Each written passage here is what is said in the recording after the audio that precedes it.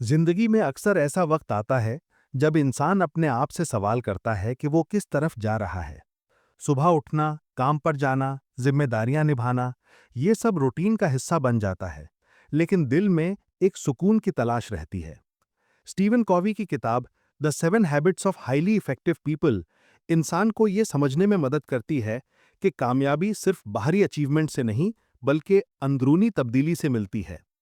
ये किताब सिर्फ कोई गाइड नहीं, बल्कि एक कॉम्प्रिहेंसिव अप्रोच है जो जिंदगी को समझने और बेहतर बनाने का रास्ता दिखाती है। पहली बात जो कवि कहते हैं वो है कि इफेक्टिवनेस और एफिशिएंसी में फर्क है।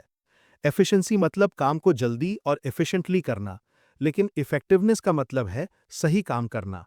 बहुत से लोग अपनी जिंदगी में बहुत बिजी रहते हैं, लेकिन वो प्रोडक्टिव नहीं होते क्योंकि वो गलत चीजों पर फोकस कर रहे होते हैं। ये किताब इंसान को ये क्लैरिटी देती है कि असली मकसद क्या है और उसे अचीव करने के लिए कौन से प्रिंसिपल्स चाहिए। पहली हैबिट प्रोएक्टिविटी है। इसका मतलब है कि इंसान अपनी जिंदगी की जिम्मेदारी खुद ले और सरकमस्टेंसेस या दूसरों को ब्लेम करने की जगह अपने एक्शंस पर फोकस करे। बहुत से लोग रिएक्टिव जिंदगी जीते हैं, जहां उनका मूड और बिहेवियर बाहरी हालात पर डिपेंड करता है। अगर कोई उन्हें बुरा कहता है तो वो अपसेट हो जाते हैं, अगर माहौल अच्छा है तो वो खुश हो जाते हैं। लेकिन प्रोएक्टिव इंसान अपने रिस्पॉन्सेस को कंट्रोल करता है। वो समझता है कि हालात चाहे जैसी भी हों, उसका रिएक्शन उसकी अपनी चॉइस है। ये पहली हैबिट इंसान को एम्पावरमेंट का एहसास देती है और बताती है कि जिंदगी में कंट्रोल हासिल करना पॉसिबल है। दूसरी हैबिट ये कहती है कि हर काम शुरू करते वक्त आखिरी मंजिल को सामने रखो। इसका मतलब है कि अपनी जिंदगी के लिए एक क्लियर विजन बनाओ। बहुत से लोग दिन भर मेहनत करते रहते हैं, लेकिन उन्हें पता नहीं कि वो किस डायरेक्शन में जा रहे हैं। कॉवी कहते हैं कि अगर आप अपनी जिंदगी का आखिरी दिन इमेजिन करें और सोचें कि आप चाहते हैं लोग आपको किस तरह याद रखें, तो आपकी प्रायोरिटीज ऑटोमेटिकली क्लियर हो जाएंगी। ये हैबिट पर्सनल मिशन स्टेटमेंट बनाना सिखाती है, जो जिंदगी की वैल्यूज और लॉन्ग टर्म गोल्स को डिफाइन करती है। जब इंसान को अपना मकसद पता होता है, तो हर डिसीजन लेना आसान हो जाता है। तीसरी हैबिट प्रायोरिटीज को ऑर्गेनाइज करना सिखाती है। ये कहती है कि पहले उन चीजों को इंपॉर्टेंस दो जो वाकई जरूरी हैं। कॉवी ने टाइम मैनेजमेंट को अलग नजर से देखा और बताया कि अर्जेंट और इंपॉर्टेंट में फर्क है। बहुत सी चीजें अर्जेंट लगती हैं, लेकिन एक्चुअली इंपॉर्टेंट नहीं होती, जैसे हर फोन कॉल का जवाब देना या हर मीटिंग में जाना। इंपॉर्टेंट चीजें वो होती हैं जो लॉन्ग टर्म गोल्स और वैल्यूज से जुड़ी होती हैं, जैसे रिलेशनशिप्स को वक्त देना, प्लानिंग करना या अपनी स्किल्स डेवलप करना। ये हैबिट इंसान को सिखाती है कि अपने टाइम को प्रायोरिटीज के हिसाब से प्लान करो और उन चीजों को पहले करो जो असली डिफरेंस लाती हैं। ये पहली तीन हैबिट्स अंदरूनी ट्रांसफॉर्मेशन के बारे में है। ये प्राइवेट विक्ट्रीज है।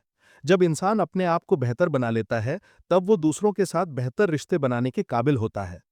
अगले तीन हैबिट्स पब्लिक विक्ट्री के बारे में हैं, जो रिलेशनशिप्स और टीम वर्क पर फोकस करती हैं। चौथी हैबिट विन विन थिंकिंग है।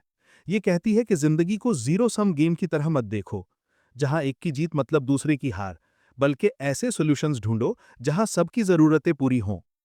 ये माइंडसेट ट्रस्ट और कोऑपरेशन को प्रमोट करता है। जब इंसान विन विन अप्रोच रखता है, तो वो समझता है कि हर इंटरैक्शन एक अपॉर्चुनिटी है म्यूचुअल बेनिफिट की। ये लॉन्ग टर्म रिलेशनशिप्स और सस्टेनेबल सक्सेस की बुनियाद है। पांचवी हैबिट ये कहती है कि पहले समझने की कोशिश करो, फिर समझाए जाने की। ये कम्युनिकेशन की सबसे इंपॉर्टेंट स्किल है। अक्सर लोग दूसरों की बात सुनने की जगह अपना जवाब देने में लगे रहते हैं। एम्पैथेटिक लिसनिंग का मतलब है कि तुम सच में समझना चाहते हो कि दूसरा क्या कह रहा है और वो क्या फील कर रहा है। जब तुम पहले दूसरों को समझते हो, तो उनका ट्रस्ट मिलता है और वो भी तुम्हें समझने के लिए तैयार हो जाते हैं। ये हैबिट रिलेशनशिप्स में डेप्थ और म्यूचुअल अंडरस्टैंडिंग लाती है। छठी हैबिट सिनर्जी के बारे में है। ये प्रिंसिपल कहता है कि जब लोग मिलकर काम करते हैं और अपनी डिफरेंसेस को वैल्यू करते हैं, तो वो कुछ ऐसा क्रिएट कर सकते हैं जो अकेले कभी नहीं कर सकते। सिनर्जी का मतलब है कि 2 और 2 4 नहीं, बल्कि 10 या 20 बन जाते हैं। ये तब होता है जब लोग ओपन माइंडेड होते हैं और एक दूसरे की स्ट्रेंथ्स को रिकॉग्नाइज करते हैं। क्रिएटिव कोलैबोरेशन से नए आइडियाज और बेटर सॉल्यूशंस निकलते हैं। ये हैबिट टीम वर्क और इनोवेशन की रूह है। सातवीं और आखिरी हैबिट सेल्फ रिन्यूअल है। कॉवी इस हैबिट को आरी को तेज करने से तशबीह देते हैं। अगर कोई शख्स पूरा दिन लकड़ी काट रहा है, लेकिन अपनी आरी को तेज नहीं करता, तो काम मुश्किल होता जाता है। इसी तरह अगर इंसान अपने फिजिकल, मेंटल, इमोशनल और स्पिरिचुअल हेल्थ पर ध्यान नहीं देता, तो वो ग्रेजुअली वीक हो जाता है।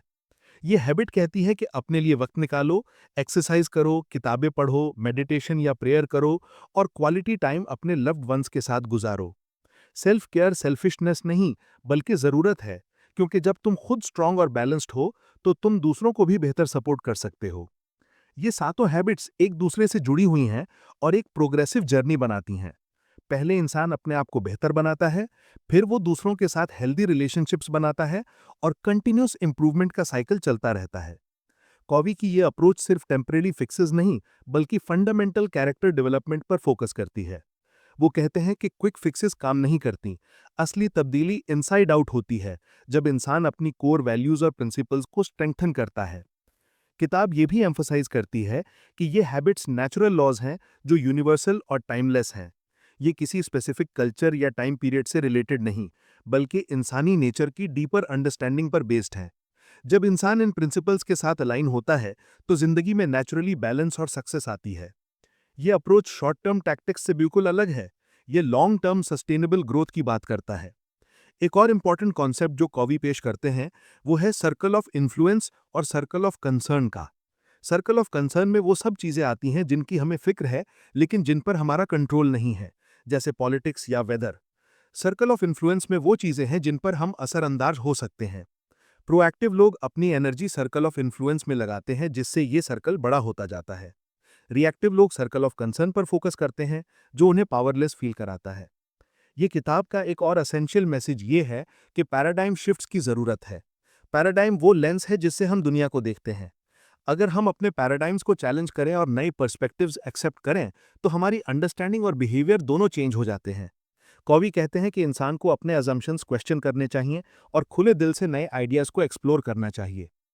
किताब में कैरेक्टर और पर्सनैलिटी एथिक्स का फ़र्क भी समझाया गया है।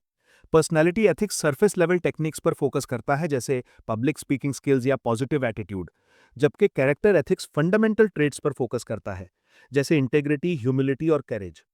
कॉवी का मानना है कि लास्टिंग सक्सेस कैरेक्टर एथिक्स से आती है, क्योंकि वो पर्सनैलिटी की स्ट्रॉन्ग फाउंडेशन बनाती है।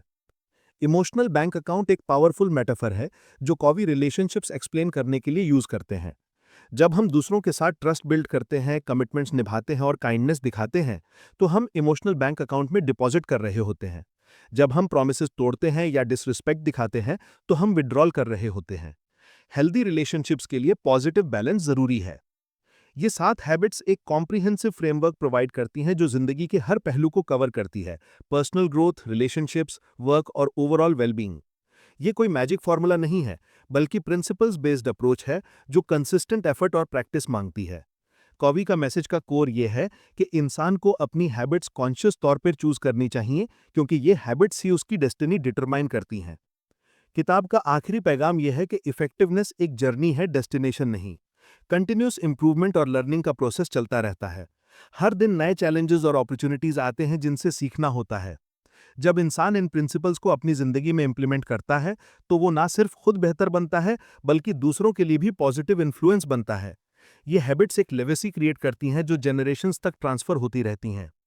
कॉवी की किताब the 7 habits of highly effective people इसलिए टाइमलेस है क्योंकि ये यूनिवर्सल ट्रूथ्स पर बेस्ड है। ये फ्रेमवर्क इंडिविजुअल्स, फैमिलीज और ऑर्गेनाइजेशन सब के लिए रेलेवेंट है। जब इंसान पर्सनल रिस्पॉन्सिबिलिटी लेता है, क्लियर विजन रखता है, प्रायोरिटी सेट करता है, कोलैबोरेटिव अप्रोच अपनाता है और कंटिन्यूअस रिन्यूअल करता है, तो वो ट्रूली इफेक्टिव बन जाता है। ये इफेक्टिवनेस सिर्फ प्रोफेशनल सक्सेस तक महदूद नहीं, बल्कि पूरी जिंदगी की क्वालिटी और मीनिंग से जुड़ी है। ये 7 हैबिट्स मिलकर एक होलिस्टिक लाइफ फिलॉसफी क्रिएट करती हैं, जो इंसान को उसकी फुल पोटेंशियल तक पहुंचने में मदद करती है।